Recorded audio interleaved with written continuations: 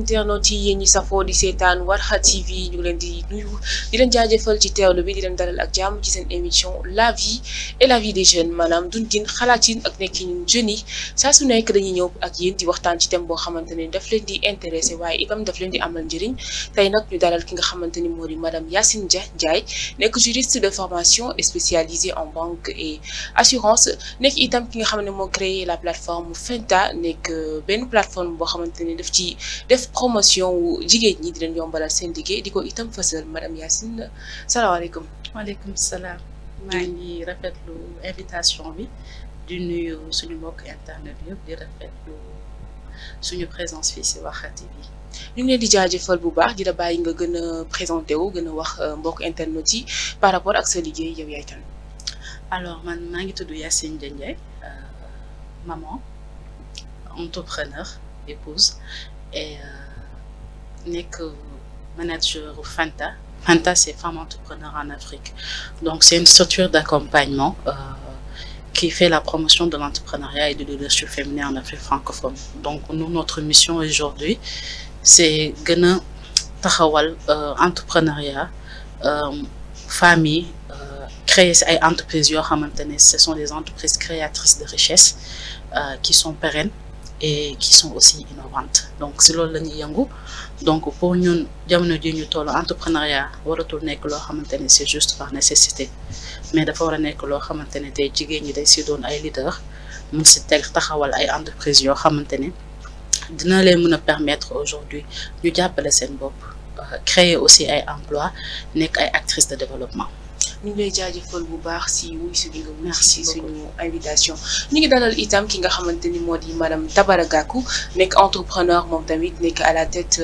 du triangle de la beauté madame Tabara salaamaaleykum. maaleykum salaam. ñu ngi leen di jaajëfal bu baax ci wuy bi ngeen wuy suñu invitation ba pare di la bàyyi nga saafonte ak suñu bokk téléspectateurs yi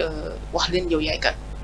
merci beaucoup ñu ngi leen di nuyu internet yi di kontaan trop si invitation bi toujours c'est un plaisir de répondre à une invitation boo xamante ne dafay amal njëriñ képp koo xamante ne jigéen la di liggéey di nekk ci entrepreneuriat donc j'ai toujours été très contente de répondre à ce genre d'invitation donc voilà kontaan nañ trop si teg bi ñu indi tey. ñoo leen gën a kontaan mbokk téléspectateurs yi ñu wëyal li nga xamante ne moo di suñu waxtaan fas yéene laaj ki nga xamante ne moo di madame Yacine Dia ku ne entrepreneuriat ne coono tey ban coono la jigéen ñi di jànkonteel ci seen wàllu entrepreneuriat. waaw comme ni ma ko waxee woon xam nga entrepreneuriat bu ñu koy wax nekkul loo xamante ne lu bees la yàgg na am si Sénégal yàgg na am si continent africain bi les femmes ont toujours été entreprenantes. Léegi la question qui se pose de nos jours, déjà que l'Afrique, au fait, c'est le continent où il y a beaucoup plus de femmes qui entreprennent, beaucoup plus de femmes qui créent des entreprises. Et le taux était jusqu'à presque 27%. D'après les données qu'on avait en 2020, donc on est en 2023, gën na yokk. Coono yi nag bëri na. Donc tey boo xoolee il y a déjà lépp lu ñuy wax obstacles sociaux. C'est-à-dire tey nga nekk jigéen war a gérer kër.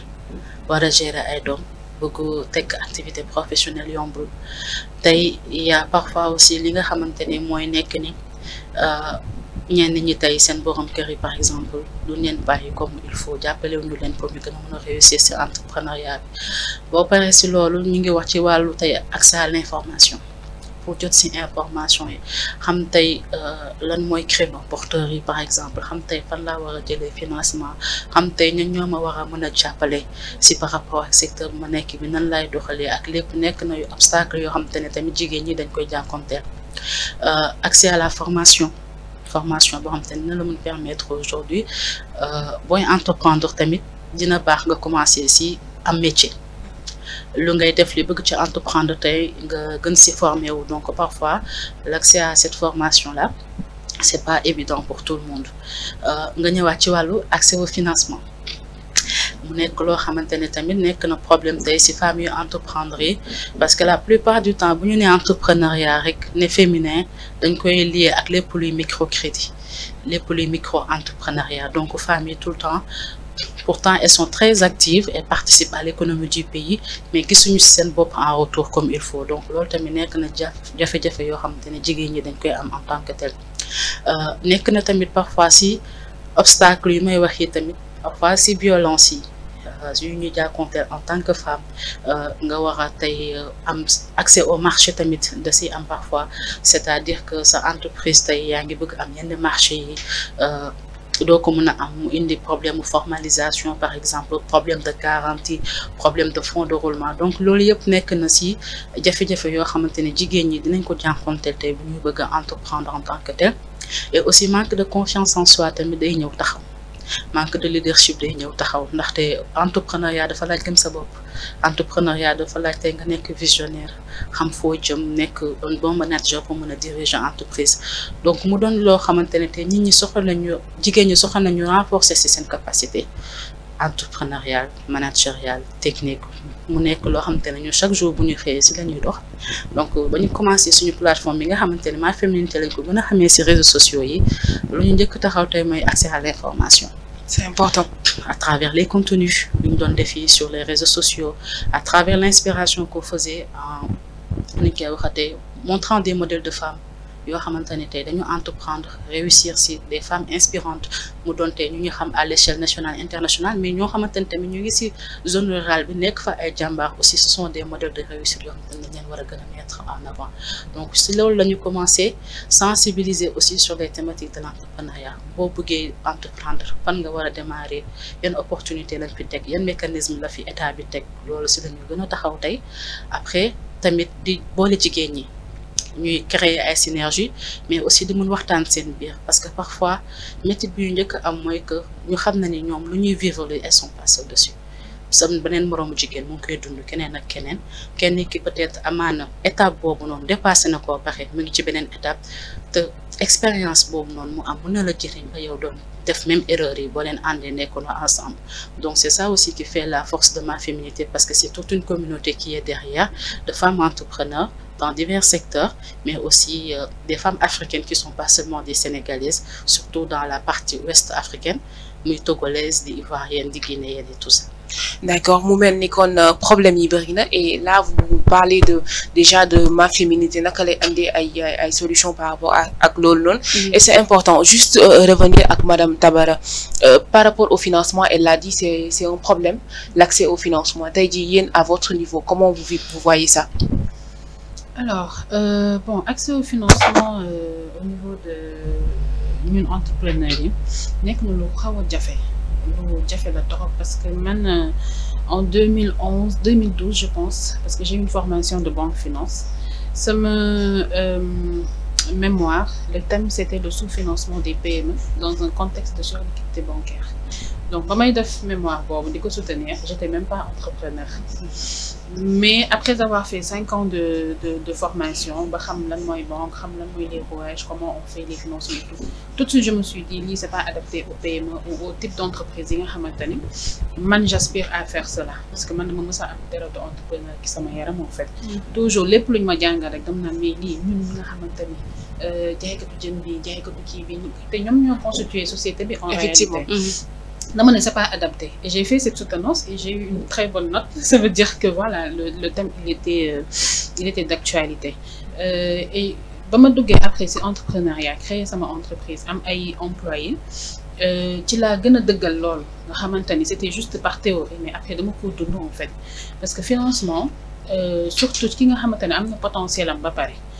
financement mooy nga ñëw appuyer ko en fait ci potentiel boobu c'est ça financer une entrepreneur ou un entrepreneur maa ngi xalaat jigéen ñi tout le temps parce que voilà quoi pour man loolu la appuyer moom li nga xamante ne am na ko indaale na ko ba pare donc soo comprendre nag potentiel bi mu am daf ko confiance ci loolu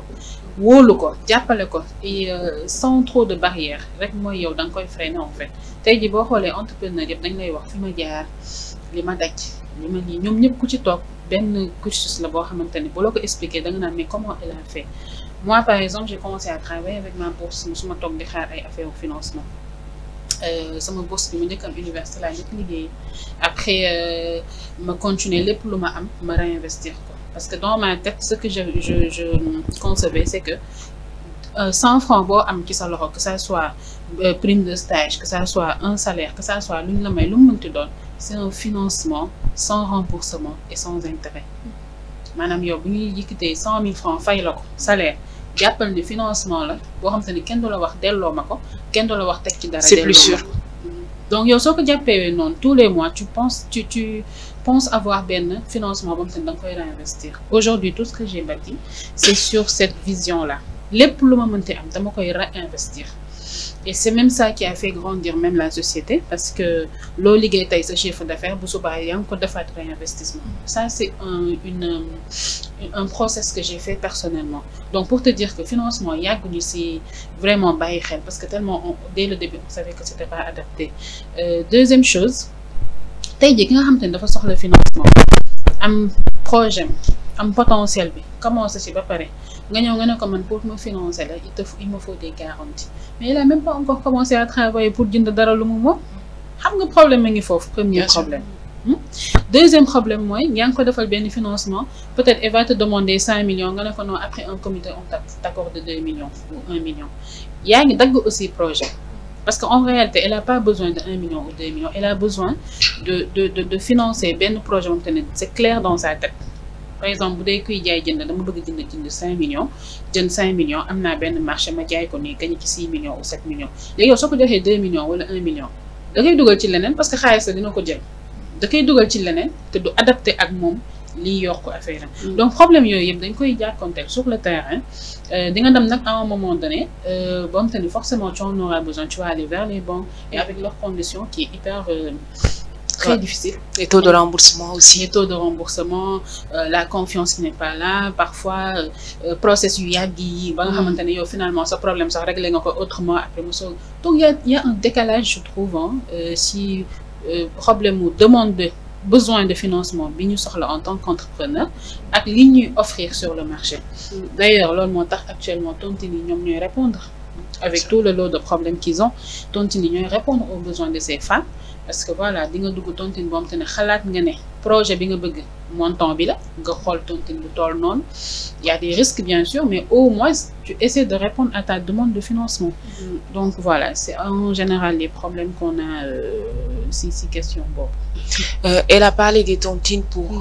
contourner le problème des financements. Aujourd'hui est-ce que am na yeneen moyens yeneen voies et issues yoo xamante ne ñi nga xam ne ñu ngi entreprendre mën nañ ko utiliser pour s'autofinancer wala am benn financement boo xamante ni dina intégral permettre leen ñu gérer seen projet comme ni ñu ko bëggee. En effet xam nga lu muy wax nii c'est une réalité du terrain mooy lu ma doon wax sànq gis nga entrepreneuriat lu tax ñun début bi ñu commencé si accès à l'information ak sensibiliser mooy que ni entreprise boo koy teg am si vision dafa am te na koy sóoraale même bu ñëwagul si financement ci la bokk parce que bu ne da ngay dem ba mu wóor na ne yow à un moment donné sa entreprise di nga soxla financement pour ñuy wax passage à l'échelle parce que amaana peut-être booy démarrer tuuti ngay soxla bëreegul fonds yi ngay soxla yi et aussi lu may conseil surtout mooy que ni bu ñu tëb rek ñëw dem banque c'est pas ce qui est adopté quand on démarre la plupart du temps am na ay mécanismes de financement yoo xamante ni existé na et c'est pas forcément tout ce qui est aujourd'hui crédit bancaire booy doog a tàmbali tey mun nañu am lu ñuy wax love money mooy lan mooy ñi nga xamante ni ce sont tes proches ñoo lay njëkk jàppale si sa entreprise parfois loolu tamit boo ko mënee am c'est très bien am na ñu ñuy woowee tey business angel yi nga xamante ni parfois duñu la laaj yenn garantie yeeg yooyu tamit ça existe am na lu ñuy woowee aussi les concours di nga gis la plupart du temps entrepreneur yuy démarrer ñu dem si concours yi nga xamante ne dañ leen naan boo pitcher sa projet jaay sa projet wax lan nga si bëgg def tu peux gagner des comment dirais-je des fonds de 3 millions 5 millions 10 millions jusqu'à 25-50 donc booy doog a tàmbali dama ci loo xamante ne tey amu remboursement si yow donc ce sont des subventions que tu peux gagner am na lu ñuy wax aujourd'hui tout ce qui est comment dirais-je crowdfunding qui existent, ce sont aujourd'hui des plateformes en ligne qui peuvent permettre aujourd'hui de dugal ce projet. Les gens vont participer pour pouvoir financer ce projet. Ce sont des choses qui marchent beaucoup plus quand même à l'international, peut-être qu'ici au niveau du Sénégal et tout, mais il y a des plateformes qui existent par rapport à cela. Après, il y a les systèmes de tontine aussi qui sont pas mal, sur lesquels les femmes aujourd'hui peuvent épargner pour pouvoir démarrer ces projets et tout ça. Mais comme le mot, amna fo xamantene bo fa yeggé da ngay soxla financement. Financement bobu mëna nek crédit bancaire, mëna nek lu ñuy wax equity. C'est-à-dire que il y a certaines personnes qui viennent rentrer dans ton capital nekk benn investisseur dugg ci sa entreprise jàppale la structurer la financer la sur 5 ans après ñuy doog a génn wala dara yeneen xool modalité yi donc il y a certaines structures comme ça qui existent on voit avec pour les femmes avec le Women Investment Club qui est là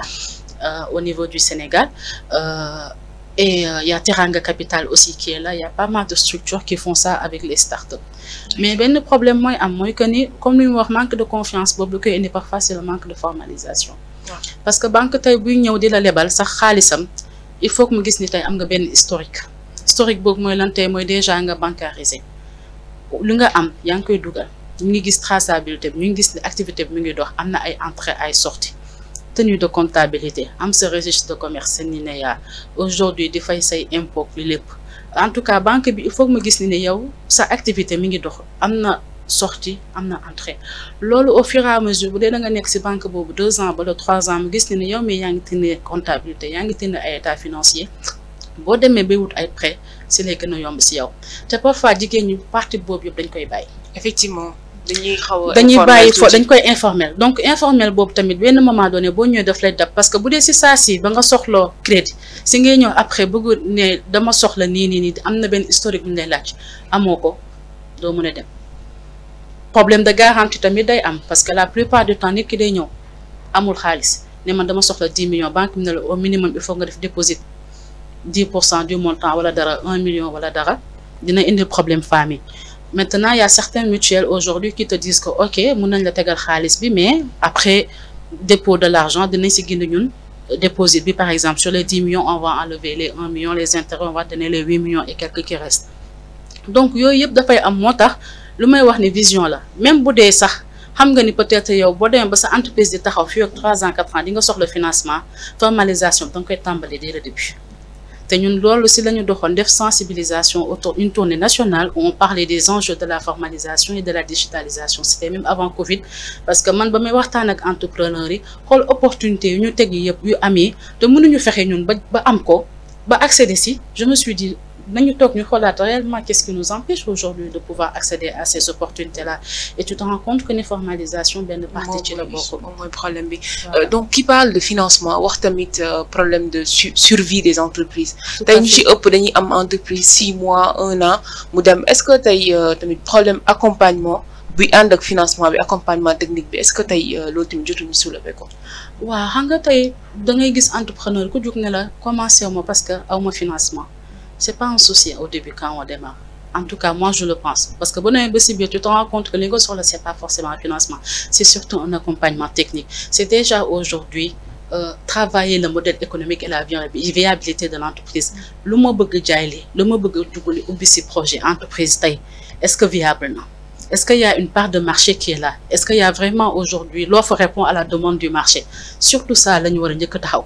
lu may jaay est-ce que am na ñu koy jënd ak ban prix lañ koy jëndee et est-ce que am na après rentabilité loolu entrepreneur si la war a njëkk taxaw liggéey ko ba pare donc loolu boo ko liggéeyee aujourd'hui liggéey tamit si yow sa développement personnel en tant qu'entrepreneur aujourd'hui parce que entrepreneuriat du lu yomb tamit tout le monde est sur rue c'est bien parce que liggéey bu amulee il faut que les gens entreprennent et créent leur propre emploi c'est bien mais nekkul loo xamante ne bu dee da nga si bëgg ju dugg léegi tekki léegi du process normal bi donc dafa laaj tey benn mental fort dafa laaj aujourd'hui de la patience dafa laaj aujourd'hui de l'humilité dafa laaj aujourd'hui savoir réseauter dem chercher l'information surtout parce que tamit il faudrait pas que les jeunes toog di xaar lépp ñëw ci ñoom il faut aller vers l'information avec les réseaux sociaux avec les digitales tout est à notre portée il y a pas mal de mécanismes qui sont mis en place par l'État par les ONG et tout ça yoo xamante ne aujourd'hui c'est pour l'emploi des jeunes et tout c'est pour l'entrepreneuriat donc il faut y aller dem étape par étape et aussi il y a beaucoup d'accompagnement technique même comment dirais-je il y a une structure de l'État qui est là qui accompagne les femmes et les jeunes en entrepreneuriat à un moment donné ils ont su que ni mënoo wax accompagnement financier donc sans voler cet accompagnement technique parce que ñoom ñooy ànd donc moi je trouve toujours que quand on dit qu'on accompagne les jeunes il faut allier et l'accompagnement technique et l'accompagnement financier il faut pas aussi ñuy accompagner ba pare nit ki nga jàngal ko lépp ba pare tamit accompagner woo ko financièrement pour mu mën a dem donc je pense que ñoom ñaar ñoo war a ànd et ce mix là c'est le mix idéal pour accompagner dans la pérennité surtout accompagnement pérenne. Oui, c'est sûr que ni ñi ci ëpp ressource technique bi nañuy gën a soxla que sax ressource financière en amont donc tey wax na lu am solo muy aller vers l'information aujourd'hui jeunes yi ci ëpp day am ay événements yu am comme ni nga ko waxee day beaucoup de choses yoo xam ne ça se passe pour vous permettre d'avoir des financements et de l'accompagnement mais duñ ko yëg comment faire pour être tout le temps informé boo nekkee entrepreneur. Ouais, c'est vrai que loolu c'est un problème. D'ailleurs, Yacine, je fais partie de ma féminité et fait partie des personnes qui m'ont beaucoup informée, qui m'ont beaucoup accompagnée. À un moment donné, écoute, Yacine, j'ai plus droit à justement ce manque d'information. Maintenant, l'homme a dit que c'est un problème. Mais le problème, c'est que ce que je dis, moi, c'est une réalité de terrain. Il faut que des journées de 50 heures là, que tu dois gérer en tant qu'entrepreneur. nga boole ci waat benn programme boo xamante ne yow tu dois aller vers certains événements ou bien vers certaines man par exemple jàng naa finance jàng naa nu ñuy gérer entreprise j'ai fait 10 ans de cabinet avant may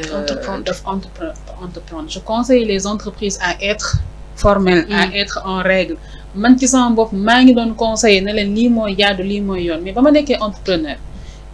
j'ai vu une autre réalité c'est-à-dire entrepreneuriat li may wax toujours du yëfu nit c'est-à-dire tu es tout le temps au-delà de tes efforts ba nga xamante ni pour nga am le temps de te formaliser le temps d'aller t'informer il faut vraiment nga am ku la jàppale ku la appuyer mooy sànq appui bi ma doon wax noonu on se concentre tellement sur nos cœurs de métier par exemple man je fais de la coiffure les 4 premières années man coiffure jànguma ko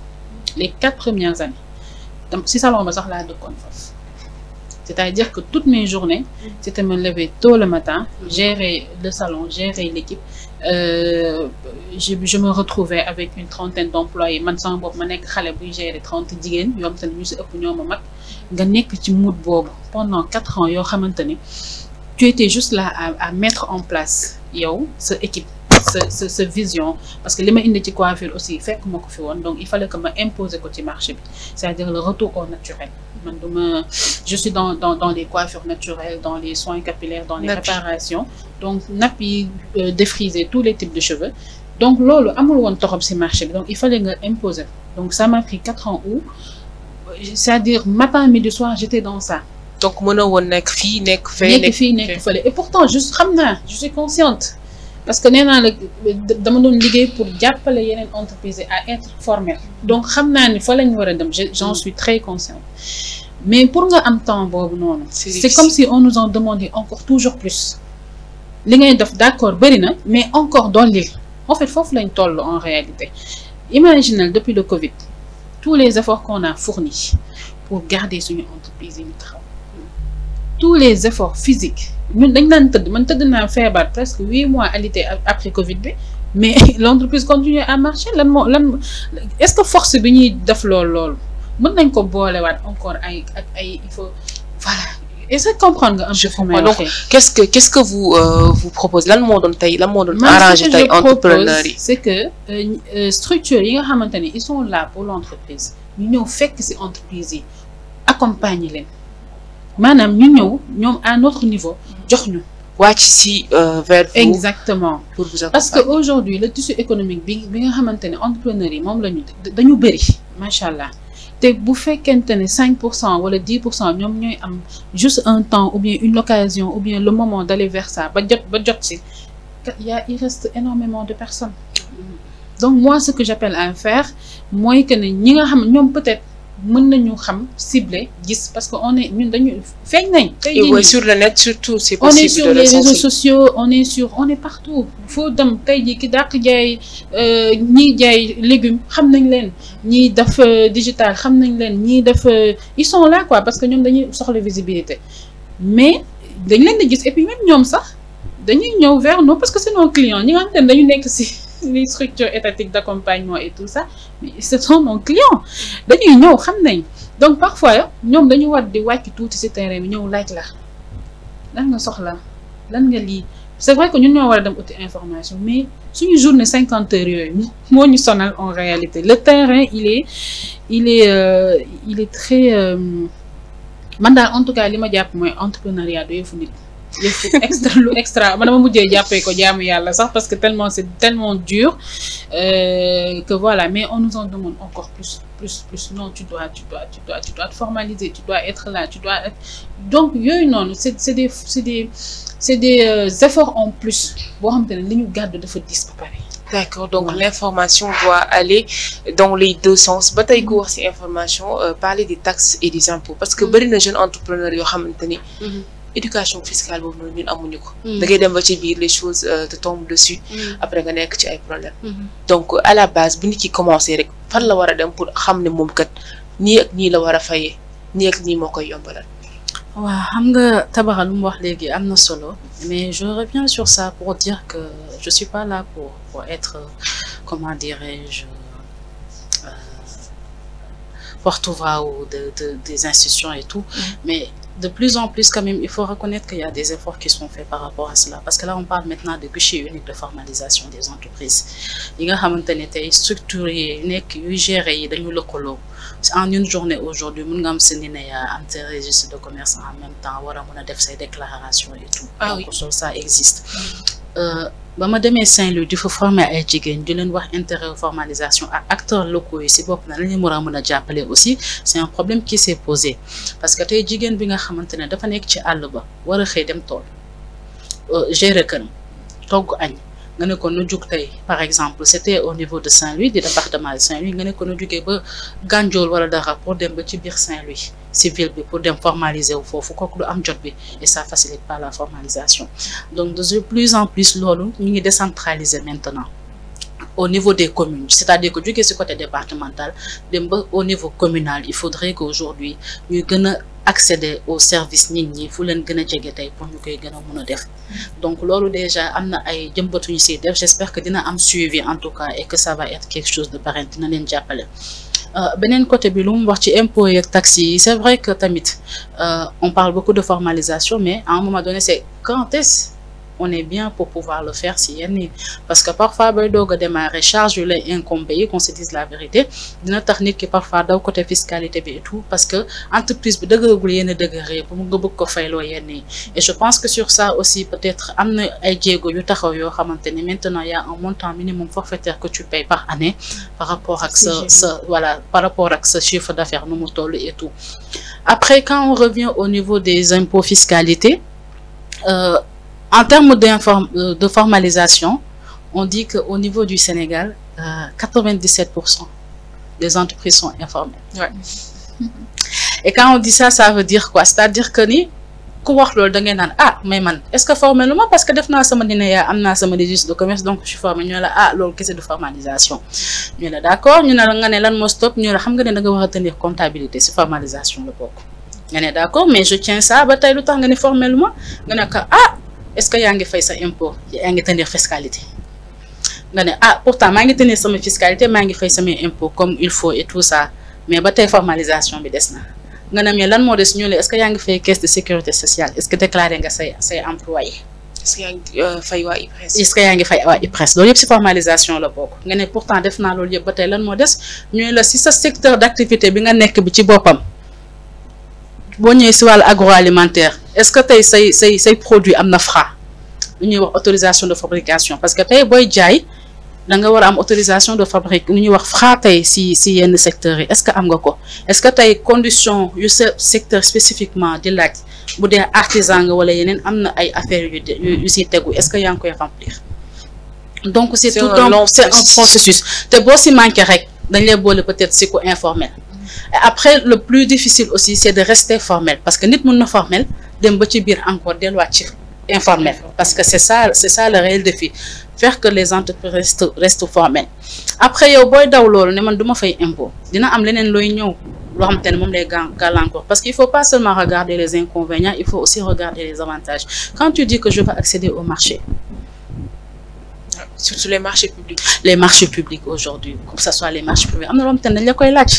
un minimum de requis et si on voit qu'aujourd'hui tu n'es pas légal avec l'impôt et tout ça là pour nga accéder au marché c'est tout un problème l'accès au marché aujourd'hui il y a une discrimination positive qui a été faite pour les femmes au niveau des marchés publics mais taxul loolu ba tey déjà sax jigéen ñi mun a am part boobu noonu ki mu am parce que tey niveau formalisation bi ce n'est pas ça. Et remplissent pas les conditions. Voilà. Et je pense qu'il y a beaucoup de plaidoyers quand même qui sont en train d'être faits côté impôt et tout ça, fiscalité bi, mais c'est de bataille ñun entrepreneur en tout cas qu'on si jàppale ba mu gën a assouplir ñu jël ku ñu mën ko teggil 3 premières années ñu vraiment dootoo leen fayete dara ba seen entreprise gën a taxaw ngeen doog a fay yenn tamit ñu jël. Et ça se fait dans certains pays. Et je pense que même ici aussi si je me trompe pas ça se fait wala en tout cas la politique est en train d'être mise en œuvre et tout ça pour alléger vraiment c'est tout ce qui est cette imposition. Mais en tout cas lu may jàpp lu ma mën a wax mooy nga xamante ne entrepreneur yi laa gën a jege mooy que ni am na foo xamante ne boo ci liggéey yegg ci sa entreprise am na foo xamante ne bëgg nga fa yegg ci li ngay def nekk ci au niveau des top dafa am loo xamante ne il faut nga jël ko en charge après comme il dit lu gën a nekk problème entrepreneur yëpp mooy nekk au four et au moulin parce que bu dee da nga bëgg nekk manager bëgg nekk en même temps comptable yow yaa ngi gérer sa posture ci réseaux sociaux ya c'est-à-dire que au début tu es multicasquette parce que parfois tu n'as pas les fonds et les ressources humaines qu'il faut pour pouvoir tout ça prendre les employés donc da ngay obligé 5 tâches yoo xamante ne peut-être 5 personnes koy def yow yaa ngi koy jël après quand je prends le cas de la DPME par exemple il y a pas mal de cabinets de consultants maintenant que tu peux prendre si seen plan d'encadrement yi nga xamante ni tey mën nañu ñëw jàppale la ci sa liggéey c'est pas mal de choses et eux ils prennent en charge par exemple un pourcentage bien défini yow entrepreneur bi benn pourcentage donc nga ci jël donc je pense que on devrait beaucoup plus aussi s'informer parce que am na aide yooyu tamit mi ngi fi dans les programmes d'accompagnement aussi mi ngi ci dañ lay tegal ay coach ay mentor ak lépp loo xamante ne ku nekk ñi ay conseillers juridiques lañu ñuy conseiller comptable et fiscal ñuy conseiller financier lañu te loolu aussi il faut que ngay dem bénéficier aussi dina la mën a gën a assouplir vraiment les journées comme il dit parce que c'est pas évident et surtout encore quand on est femme. Ouais, ça c'est sûr alors vivement que jigéen ñi gën a formaliser pour mën a am accès à tous ces marchés là parce que c'est important entreprendre ci domaine boo xamante ne tey jii dañ naan domaine bii du domaine u jigéen wala jigéen ñi luñ ci exceller bariwul comme certains métiers tey jii stéréotype yooyu nga xamante ne dañ koy teg ci jigéen ñi ci wàllu entrepreneuriat yu xaw a spécifique yi tey naka nga ko gisee. Bon, moi personnellement, gisuma ko trop ci suñu société bi parce que actuellement nit ñi démystifier nañ liggéey da ngay gis même avec les réseaux sociaux koo xamante ne day mettre en avant benn activité boo xamante ne peut-être il y a 2, 3, 4 ans sax ñu ko woon nit ñi léegi ragalatuñu def benn action boo xamante ne xam nañ ne mën nañ ci am dara jële ci njëriñ daf ko wane ko. Moi, je trouve personnellement, parce que ça fait quand même 15 ou 20 ans que je suis dans l'entrepreneuriat. Bu njëkk ba sax da nga naan def benn activité ñu ne ah yow lii moom est-ce que xam nga mais maintenant nit ñi ragalatuñu def dara c'est-à-dire tout lépp loo xamante ni nit ki am na ci possibilité def njënd ak njaay même bu dee service la dañ koy def. Je donne un exemple. Man par exemple, le monde digital, c'est quelque chose que j'ai connu il y a 2, 3 ans. Musuma xam luy digital, musuma xam luy développement, musuma xam dara mais besoin moo tax ma aller vers ça te musuma ko jàng donc entrepreneuriat actuellement adaptation la dëkk bi toll na foo xamante ni su fekkente ne man tey jii gis naa ne micro bi su ma génnee daf ci benn ligne daf ci sama marque j'hésiterai pas à le faire tey actuellement jeunes yi foofu lañ toog donc ils ont eu un dépassement quand même par rapport à ces genres de stéréotypes et au contraire même sooy def dara da nga gis ñii dina encourager naan lay jàppal dina baax góor baax na jigéen baax na xam nga les gens quand même t'encouragent dans ça et surtout les réseaux sociaux dañ la si jàppale di nga gis koo xamante ne buy soog commencer lu nekk la si daj nit ñi di ci wax et tout mais après mu jékki-jékki def benn boom bu mag parce que justement les gens donc on a donc léegi ce n'est plus un problème mais finalement c'est ça s'est transformé nekk benn chance en une force waaw man des fois ma gis koo xamante ne activité bi ne waa mais fallait y penser en fait donc di nga gis koo xamante ni transformation bu ndaw lay def xam nga wala mu jël beñe def ci benn astuce bu ndaw xam nga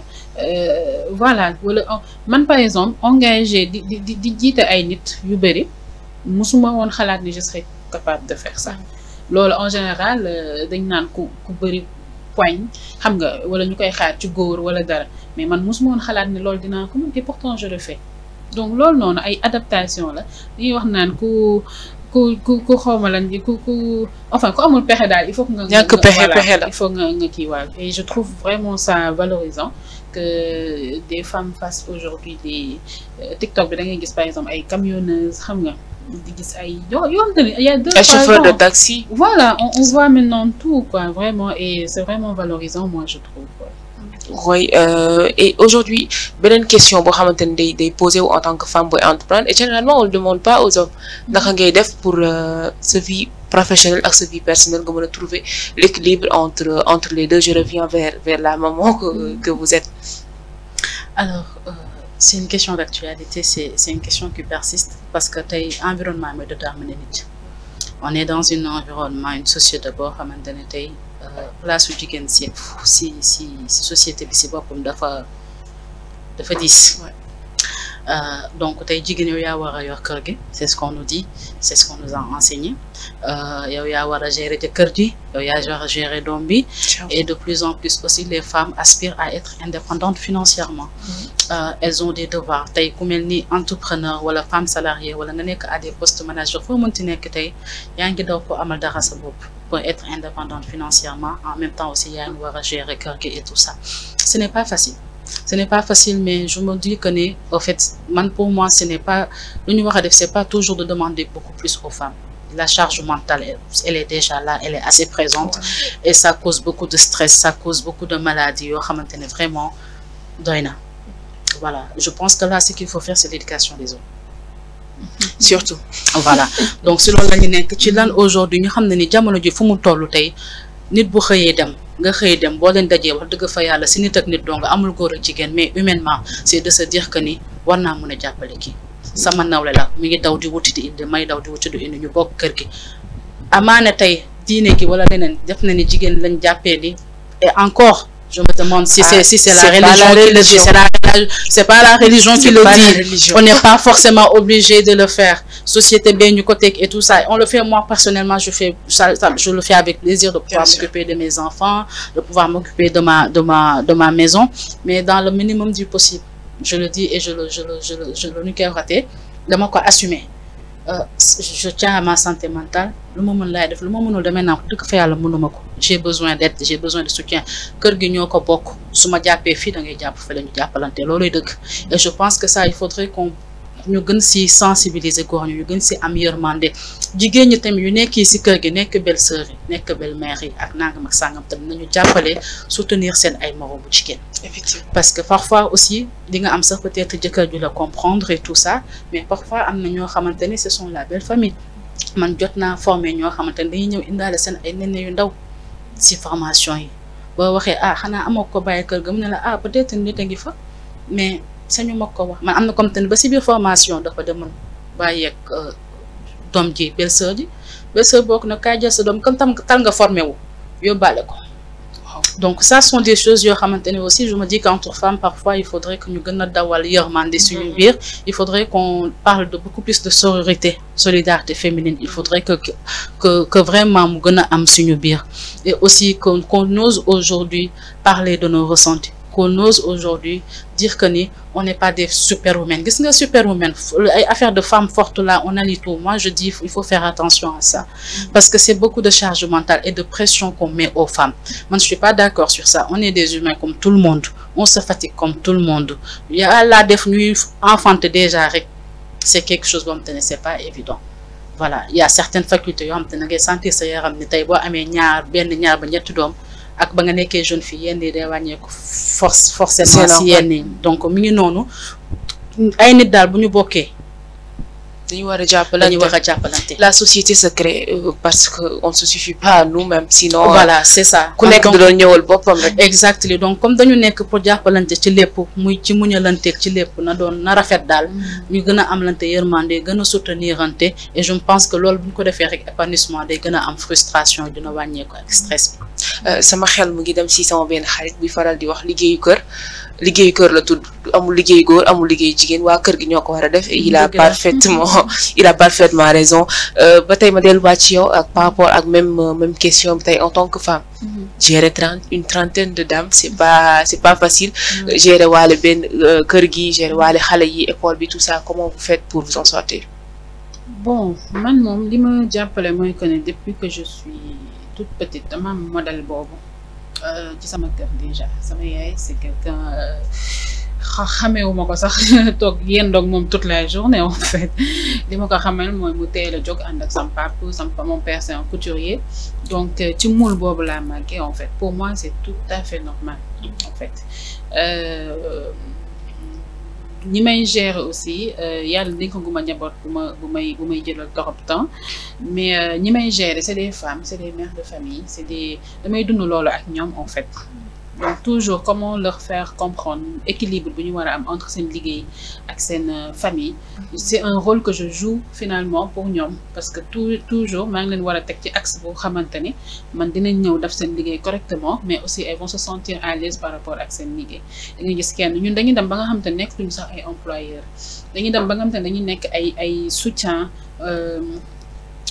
da ngay soutenir nit ki mentalement soutenir nit ki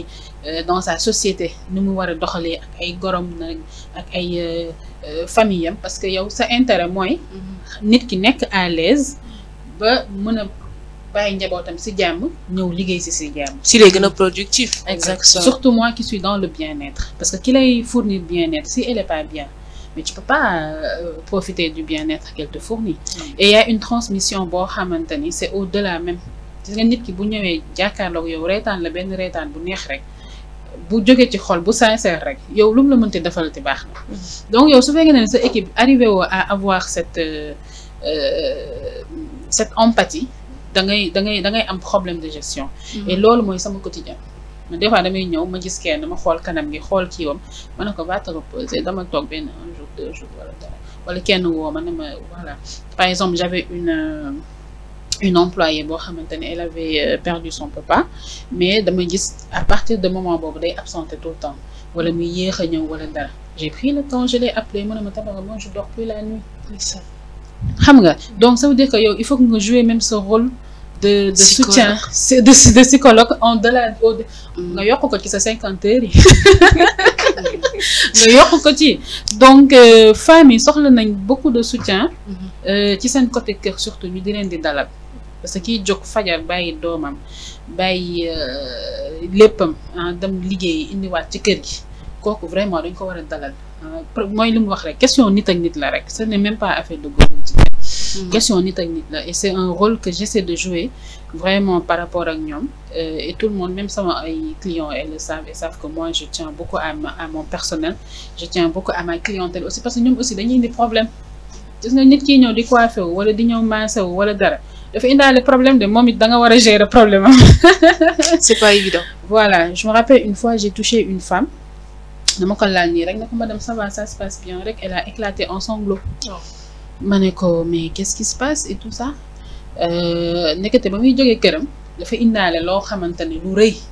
loo xamante ni il a suffi que je la touche pour lui dire écoute on est là écoute tu existes encore tu es encore belle tu es encore c'est ça qu'elle a senti moo tax mu exploser donc même les personnes qui viennent vers toi c'est femmes yuy dund lii la donc la société est un peu dure. Voilà c'est une situation de femmes en général te vraiment war nañ si jàpp te comme ni mu ko waxee maintenant il faut éduquer les hommes à ce que ñu comprendre que ne société bi ñun ñoo ko bokk waruñu ñu teg lépp yow mënoo ma teg sa njaboot teg ma finance bi teg ma gérer kër gi teg ma propreté bi ba pare na ma sois une bonne entrepreneur. Et sois belle aussi tout le temps aux petits soins. C'est pas évident voilà. J'avoue mais est-ce que jotul tamit jigéen ñi nga xam dañuy def entrepreneuriat parce que comme ni nga waxee énergie bi nga xamante ni yow da nga koy joxe daa am foo koy jëlee doo ko jox nit yi donc est-ce que jotul tamit ñoom parfois ñu bañ a comme un tabou Sénégal dañuy wax boo ne psychologue rek nit ñi dañuy xalaat dafa dof wala truc mais parfois on a besoin aussi de ça. Ça me rappelle il y a juste 2 semaines j'ai organisé une journée qui s'appelait pause bien-être et oui c'est parce que on se rend pas compte au quotidien au fait de tous les efforts de toutes ces énergies au fait que nous dépensons en tant que femmes et à un moment donné on a juste besoin de prendre soin de nous et dafa nekk loo xamante ne il faudrait pas que ñu foogoon ni c'est un luxe c'est normal parce que bu dee da nga dem ba yow tey tu es un pilier dans la société tu es un pilier dans ta famille si tu n'es pas bien tu peux pas donner le bien que ça soit au niveau de tes enfants que ça soit au niveau de ton époux envers toi-même en premièrement donc loolu tey nekk na loo xamante ne dans l'accompagnement même surtout l'accompagnement des femmes entrepreneurs il faut vraiment s'en prendre jël ko en compte comme li nga wax tamit fii dañu am culture muñal loo wax ñu ne la muñal loo wax ñu ne la am na kuy dund pire c'est surtout ça cette la comparaison de souffrance où aujourd'hui lépp lu nit ki dund ñu ne la non pourtant am na kuy dund lu ko raw man de boo xamoon lu ma yor si ay problème wala nangam arrêtons ça à un moment donné la personne n'a pas besoin de ça la personne a juste besoin ku ko déglu parfois on a juste besoin d'écoute il faut savoir avoir cette écoute là dem si psychologue quand on se sent pas bien du doon problème fii nag ku fi waxi psychologue wala dara ñu ne la muy yow xanaa gëmoo yàlla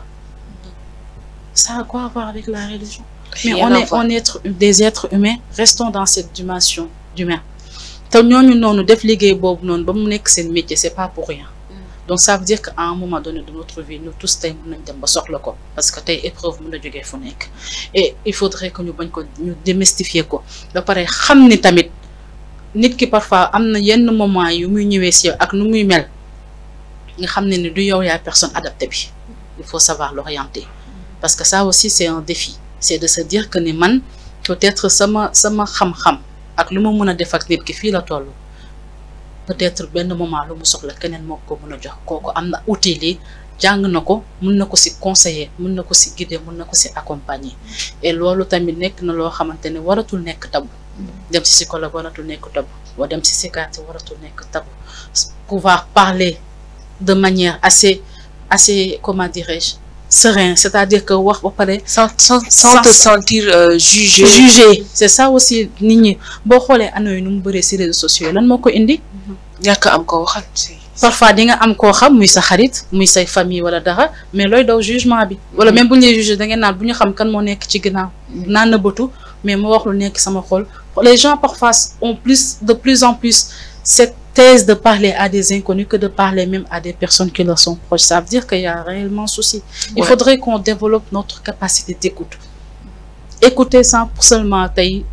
pour répondre. Parce que les gens, au fait, écoutent pour répondre. Mais parfois, la personne a besoin juste d'être écoutée pour être comprise, juste avoir une oreille attentive, de parler pour pouvoir se soulager et pas forcément parfois nga koy yokkal métti les femmes ñoom te nga ñëw wax ak ñoom ba pare métti nga fay gën a jëlee. Effectivement. C'est la triste réalité et ça vraiment.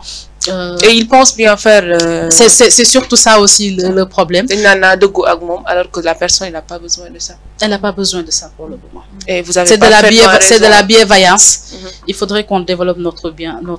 bienveillance. Il faudrait qu'on puisse développer de l'empathie, surtout entre femmes aujourd'hui. C'est très important cette solidarité-là. C'est essentiel. En parlant d'entrepreneuriat et de femmes, je vous laisse découvrir li nga xamanteni moy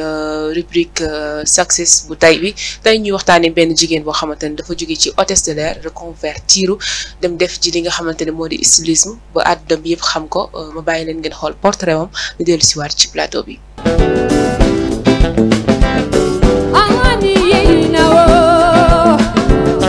Créatrice de Sisters of Africa, Hélène Daba a un parcours assez singulier. Elle a suivi une formation d'hôtesse de l'air et a travaillé pendant une année au sein du groupe Allianz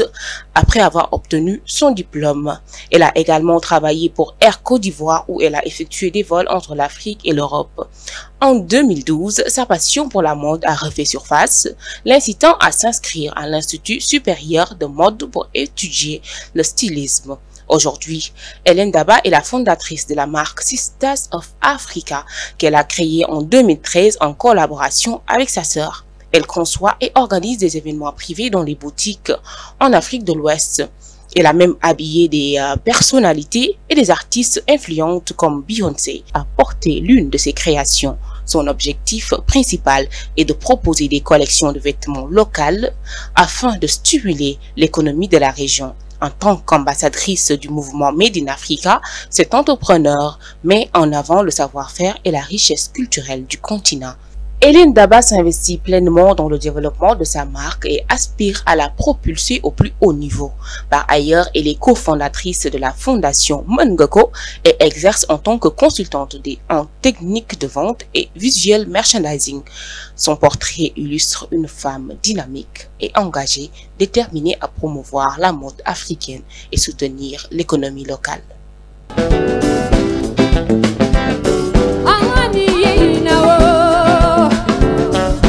alors mu ngi noonu vous l'avez regardé elle s'appelle Hélène Daba nekk jigéen boo xamante ne macha allah li muy def daf ci xarañ lool waaye itam nekk ku am audace parce que jóge ci benn métier dem ci beneen dafay laaj surtout entreprendre dafay laaj fit bu bëri dafay laaj concentration bu bëri tey na ngeen gisee exemple bi nga xamante ne tey moom joxe na ko en tant que femme. macha allah de si kontaan ak di ko féliciter parce que.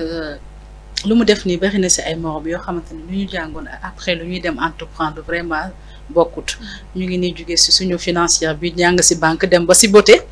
ubbi salon de coiffure man j'étais juriste d'entreprise vraiment à un moment donné je me suis pas vue parce que je faisais au début dama commencé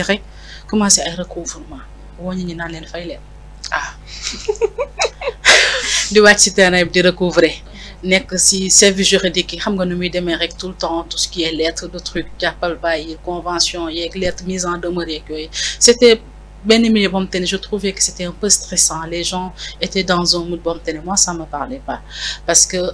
de nature je suis une personne qui aime le partage j'aime beaucoup c'est une des valeurs même de la plateforme c'est vraiment l'engagement c'est le partage c'est vraiment orienté humain, c'est être en contact avec les personnes et tout ça. Moi, je me sens très bien dans ce que je suis en train de faire. Donc, je suis jóge si loolu ñëw carrément si lu jëm si marketing communication ba ñëw tey si wàllu entrepreneuriat digital et boo xoolee ñuy ñëw di entreprendre ñëpp la plupart du temps c'est rare nga gis ni lu ñuy def li moom lañ jàngoon wala si lañ am diplôme. Parce que y a aujourd'hui jàng bi ngay jàng boo xam te ne parfois ce sont les parents qui t'imposent ça ne la formé wul ci lii wala nangam ak sangam wala nga dem ba si biir tu te trouves une autre vocation parce que aussi plus on prend de la maturité plus on est plus aspiré à faire des choses qui nous passionnent des choses yoo xamante ne on se découvre dañuy dem si loo xamante ne on se sent bien au fait on trouve notre why comme on le dit le pourquoi je fais ce que je fais te quand tu trouves ça aujourd'hui dafa nekk loo xamante ne métti na métti boo xamante ne bu dee lu ngay def bëggoo ko amoo si passion parfois pour nga réussir c'est des métiers. Effectivement vous avez raison tey wax na ko fi nga jógee ak fi nga egsi c'est la preuve que reconvertir c'est possible tey comment tu vois cette femme là Hélène Daba. C'est en fait c'est la voie normale de la passion sànq maa ngi lay naan des journées de 50 heures mais journée yooyu bu fekkente ne dafoo li nga bëgg da ngay am problème. Donc il faut que nga am plus de c'est-à-dire li lay génnloo ci sa zone de confort il faut mu nekk loo xam te ne passion lay nekk day jóge ci sa xol. Man des fois su ma amee une cliente boo xam te ne dafa difficile torop wala pour me satisfaire ko il m'a fallu beaucoup plus d'effort beaucoup plus de kattan beaucoup plus d'énergie. En général kooku su paree dama ko koy may. Parce que sama satisfaction boobu noonu may am d'avoir rendu quelqu'un malgré tout malgré qui mënuma ko fay su ma fayee loolu dafay ndaw torop par rapport ak li ma def en général dama koy moo tax sama commercial yi bëgguñu may nekk salon ba en fait donc voilà elles sont indépendantes c'est vrai ñu ngi liggéey seen bopp mais il y a toujours la passion qui est là par exemple moi il y a des choses que je gère personnellement interface entre man ak cliente yi tout le monde sait que bu ñu bindee au niveau des plateformes man la ñuy waxal directement tout le monde sait que je suis accessible di nga gis kenn ko la woo la dernière fois là une personne m'a appelé elle m'a parlé de ses cheveux finalement on a fini par parler de santé mentale xam nga donc passion boobu soo ko amut rek ce sera très difficile de tenir parce que entrepreneuriat dafa métti man entrepreneuriat dem naa ba comprendre que ne nekkate lii en fait mission jaamu yàlla bu rëy la sax man foofu laa dem ba teg ko tellement tu vis des choses yoo xamante ne amul heure boo xamante ni du lay yee amul heure boo xamante ni doo def ay effort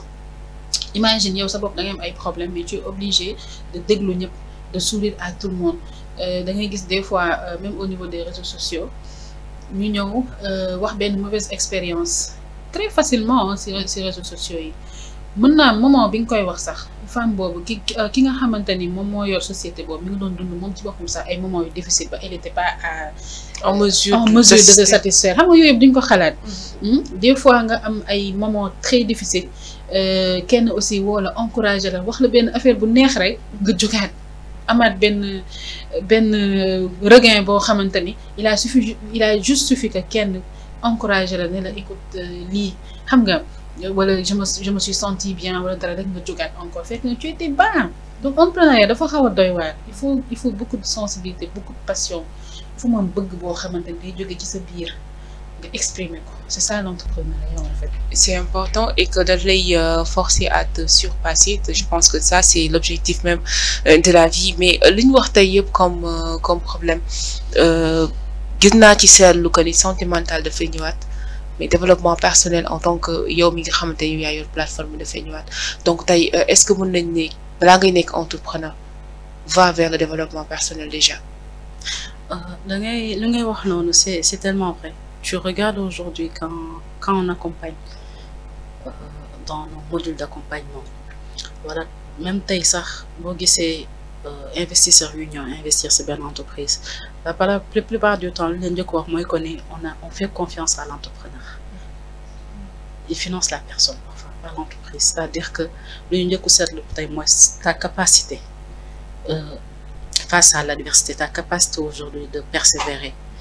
Ton courage en tant que tel ton état d'esprit parce que xam nañ ni entreprise day am ay aléas day am ay hauts day am ay bas mais loolu tey si tu n'as pas un mental si tu ne crois pas assez en toi il y a pas cette estime il y a pas cette confiance en soi en tant que tel il y a pas cette affirmation de soi day métti parce qu'on est dans un monde concurrentiel surtout avec l'avènement des réseaux sociaux. Man, c'est un défi que je me suis lancé et je suis en train de faire du coaching sur ça parce que je me suis dit que ni jigéen ñi maintenant lu ma seetlu en tout cas avec toutes ces années d'expérience dans l'accompagnement des femmes entrepreneurs s'il y a quelque chose sur lequel on doit réellement travailler c'est sur le leadership féminin parce que les femmes savent ce qu'elles veulent moi c'est ce que je me dis les femmes savent ce qu'elles veulent elles ont des visions maintenant problème bi mooy est-ce qu'elles pensent qu'elles ont le droit de saisir ces opportunités-là. Parce qu'il y a tellement de stéréotypes, il y a tellement de pensées limitantes, des croyances limitantes qui les bloquent. Et il faudrait se pencher sur ça. Et aussi le how-to, comment on y accède. Donc, il faut que nous nous en tant qu'accompagnateur d'Igeni. Parce que tu as parfois d'un coup de formation, ça me la formation, mais des fois, on ça fait 10 ans que on a un mais tu as une entreprise. Qu'est-ce qui se passe réellement? Est-ce que nit ki tey gëm na boppam gëm na ni war na mën a dem gëm na ni war na accéder gëm na ni tey war na sori si lu muy def il faut qu'on accompagne les femmes sur ce leadership là à être des visionnaires à avoir confiance en elles à avoir confiance à leur potentiel dindi plafond de verre bi. Effectivement. Donc loolu tey c'est quelque chose qui est là d'abord nga xam te ne tout entrepreneur déjà il faut que tu te connaisses nga xam lan nga bëgg nga xam fan nga bëgg jëm pour ñu gën la mën a accompagner. Parce que chaque entrepreneur est déjà l'image Exactement. de sa marque tey yow mi gérer ay jigéen parfois ci biir milieu professionnel bi mën nañ ko tuddee harcèlement ou mën nañ ko tuddee xaw ma nuñ ko mën a woowee góor ñi ni ñuy faral di xaw a sonal ñi nga xamante dañuy nekk ci certains milieux surtout bien-être surtout dans le domaine de la coiffure tey ban taxawaay ngeen di am ci loolu noonu tey bu jigéen demee ba dund lu mel noonu ci milieu bi muy liggéeyee. Bon, j'ai un salon assez spécifique aussi. Déjà, c'est interdit aux hommes. Super. C'est un coin spécialement pour femmes. J'ai créé un concept où vraiment la femme, c'est même endroit. Elles se sont à l'aise parce que déjà, il y avait beaucoup de femmes voilées qui sont ma clientèle. Donc, il faut que nous fassions à l'aise, nous faire des soins de la tête aux pieds, l'esthétique, la coiffure et tout. Nous sommes à l'aise. Quand je suis dans salon, j'enlève le mieux que être à l'aise comme ça, ma clientèle, tout est fermé et tout ça. Par rapport à personnel, même si des jigéen kese lañ aussi. Jigéen dafa naqaree gérer parce que jigéen dañu bëri ay détails mais ñoom léegi xam nañ ne Tabara boo koy wax détail moom elle n'est pas à ce niveau-là. Moi je suis avec eux ci benn niveau de développement personnel boobu tamit dama leen di jox ñu am élévation par rapport aux défis de chaque jour élévation par rapport à la clientèle bu ñuy jox chaque jour élévation aussi par rapport à comportement yi ñu war a am tous les jours avec une cliente qui vient celle qui est difficile celle qui est compliquée celle qui donc défi yooyu noonu des fois moom ngay remplacer ak détails yi nga xamante ni kii xoolee na ma nii kii dañu am élévation par rapport à ça quoi et je pense que le défi c'est ça en fait c'est de leur donner ay challenge xam nga ku nekk nga jox ko challenge déjà man samay employés yëpp dugal naa leen ci entrepreneuriat ku ci nekk soo ñëwee di nga gis les robes de Amina ma commerciale ou bien les robes de Awa ou bien les cuuraay de Marème ou bien ñoom ñëpp xam nañ ko sama cliente yi donc ñoom ñëpp dama leen di wax li ma leen di fay doyul da ngeen def comme man li ma def saa yu ma leen fayee dugal leen ko ci benn activité boo xamante ni fii yaatu na man ñëpp laa yaatal ci salon bi képp koo xamante ne am na lu mu bëgg defal ko loo xamante ni dina ko rentabiliser bah écoute parce que su amee problème ci man lay ñëw en fait bon ma fexe ba moom du am problème loolu man lay arranger du dégg donc j'essaie de leur faire ku nekk mu am sa benn challenge personnel boo xamante ni di nga gis na di nga daj déjà man li may daj comme ça nga yërëm ma ba pare yow aussi nga am satisfaction xam ni salaire doyul kenn mais il te faut fructifier salaire yi ñu lay fay en fait donc moi je pense que challenge bi foofu la nekk en fait c'est élever un peu le niveau des mentalités et puis santé mentale bi mu wax sànq bëggoon naa si dellu si gis nga même gëm yàlla bi muy wax sax mais gëm yàlla daf ñu teg foo xamante ni nit ki dafa war a am dal c'est-à-dire waruñu la teg loo xamante ni yow ci fitna rek ngay nekk lii ni mu war a demee et puis entrepreneuriat comme loolu rek la chaque jour matin midi soir c'est des défis il faut qu'on trouve le temps bi nga xamante ne dañuy apaiser wu te loolu mooy challenge bi gën a métti en fait et si on le retrouve pas dañuy nekk rek mel ni ay robot di daw rek moi je pense que challenge bi gën a mag foofu la en réalité. Donc il y a beaucoup de challenges pour retrouver donc l'équilibre. Peut-être je vais revenir avec la même question. Peut-être que elle par rapport à son activité du mën a concerné ou par rapport à ça mais am na ñu koy dund et c'est une réalité. Oui. L'harcèlement c'est une réalité donc bu demee ba am on parle pas de comment ça se passe le truc mais bu demee ba am quelle est la posture que cette femme là elle doit tenir pour mu mën a génn ci loolu noonu nga xamante ni ça nuit à sa santé mentale avant tout. Tout à fait, parce que par exemple, de nos jours, il y a beaucoup de personnes qui travaillent avec WhatsApp Business. Je donne le cas des réseaux sociaux, sur Instagram, où tu publies tes produits, tes services en mettant un numéro, ni accéder. Parfois, tu vois des hommes qui viennent faire des messages. C'est inapproprié. Ça n'a rien à voir avec l'offre que tu as mis en place et tout ça là. Moi, sur ça, ce que je conseille pour mon premier pas, c'est de l'ignorer. Mais vous devez pas insister aujourd'hui. Je pense que nous sommes aussi dans un pays de droit. Nous sommes dans un état de droit. Il faut parfois saisir ce qu'il faut saisir. D'accord? Dina dem parfois si yo xamantene da fay gëna sori. Di nga dem parfois si accès ñenn ñi par exemple si yenn accès au marché wala dem di wax ak ñenn ñi tu vas un peu ñuy def ay parfois propositions yo xamantene c'est pas du descendante. Moi ce que je dis sur les femmes, il faut qu'elles croient à leur potentiel. Ak lu ñu mën. C'est ça il faut faire. Il faut pas aujourd'hui jàpp ni tey non def yoo xamante ni ce sont des bassesses wala dara moom tax am yenn opportunité. Il faut croire à son potentiel et rester dit. Et il ne faut pas aussi